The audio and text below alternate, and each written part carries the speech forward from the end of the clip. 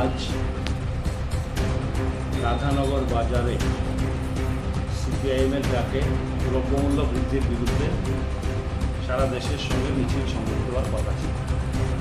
সেই জন্য পুলিশের কাছ থেকে আমরা বৈধ পারমিশন অনুমোদন নেই। পুলিশ আমাদের যথামতি অনুমোদন দেয়। আমরা এই পরিস্থিতিতে 100 ঘাট থেকে যখন রাধানগর বাজারের উদ্দেশ্যে মিছিল করে রওনা হই, বাজারে ঢোকার ঠিক মুখটায় আমরা দেখি যে এখানে পুলিশ দাঁড়িয়ে আছে, বিজেপির লোকরা সেখানে জমায়েত হয়ে স্লোগান দিচ্ছে, উত্তেজিতভাবে তারা সেখানে গালাগাল শুরু করেছে।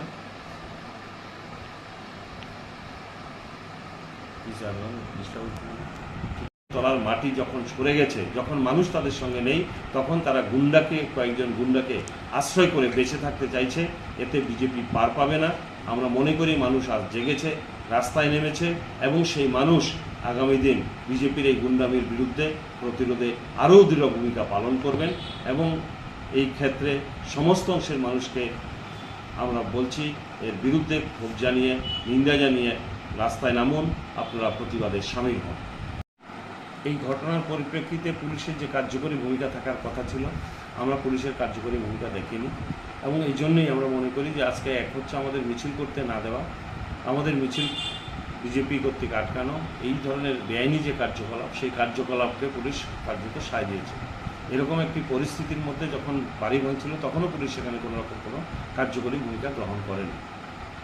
গুন্ডারা যখন এই সমস্ত করছিল, বিজেপি আশ্রিত গুন্ডারা, তখন কিছুক্ষণ পর আমরা দেখি পুলিশ ভূমিকা নিতে চেষ্টা করে, সেখানে টিয়ার গ্যাসের সেল ফাটায় এবং তারা সেখানে দুপক্ষকে দুদিকে পাঠায়। আমরা এই পরিস্থিতিতে পরবর্তী সময় আমরা ফিরে আসি, কিন্তু আমাদের কমরেডরা যারা আহত হয়েছিলেন, তাদের মধ্যে কমরেড ভজন দাস, কমরেড বাবলু সুর, কমরেড সুহান্ত দাস, তারা যখন হাসপাতালে গিয়ে চিকিৎসা করাচ্ছিলেন, ঠিক সেই সময় আমরা দেখি বিজেপি আশ্রিত সমাজ বিরোধীরা হাসপাতালের ভেতরে ঢুকেই তাদেরকে ব্যাপক আক্রমণ করে এবং মারধর করে এবং পুরো হাসপাতাল ঘেরাও করে রাখে, যাতে তারা হাসপাতাল থেকে বেরোতে না পারে এবং তাদেরকে পরবর্তী ভালো চিকিৎসার জন্য রেফার করে অন্যত্র না আনা যায়, সেই জন্য তারা প্রায় আটকে রেখেছেন। এখন পর্যন্ত তারা সেখানে আটকে রেখেছেন।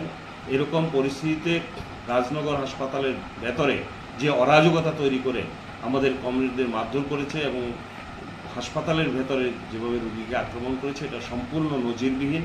আমরা গোটা ঘটনার তীব্র নিন্দা জানাচ্ছি, ধিক্কার জানাচ্ছি এবং বিজেপি আশ্রিত সমাজ বিরোধীরা যারা এই ঘটনা ঘটেছেন, পুলিশের সামনে ঘটনা সংঘটিত করেছেন, তাদের পুলিশের ফুটেজে আছে, আমাদের কাছে ফুটেজ আছে, তারা চিহ্নিত সমাজ বিরোধী। এদের বিরুদ্ধে এখনই ব্যবস্থা গ্রহণের আমরা দাবি জানাচ্ছি এবং দ্রুত আমাদের কমরেডরা যারা রাজনগর হাসপাতালে আটকে আছেন, চিকিৎসা করানোর জন্য আমরা নিয়ে যেতে পারছি না, তাদের দ্রুত উদ্ধার করে হাসপাতালে আরও ভালো চিকিৎসার জন্য পাঠাবার ক্ষেত্রে আমরা প্রশাসনের দৃষ্টি আকর্ষণ করছি। বারবার আমরা পুলিশকে বলছি এবং আমরা ঊর্ধ্বতন কর্তৃপক্ষের দৃষ্টি আকর্ষণ করছি, কিন্তু তারপরেও আমরা দেখেছি হাসপাতালের সামনেও বিজেপি সেখানে জমায়েত করে রেখে আমাদের কমরেডরা যাতে বেরোতে না পারে তার জন্য বাধা সৃষ্টি করছে। এই ধরনের অরাজকতা প্র্যাকটিক্যালি বিজেপি আজকে বুঝতে পারছে তাদের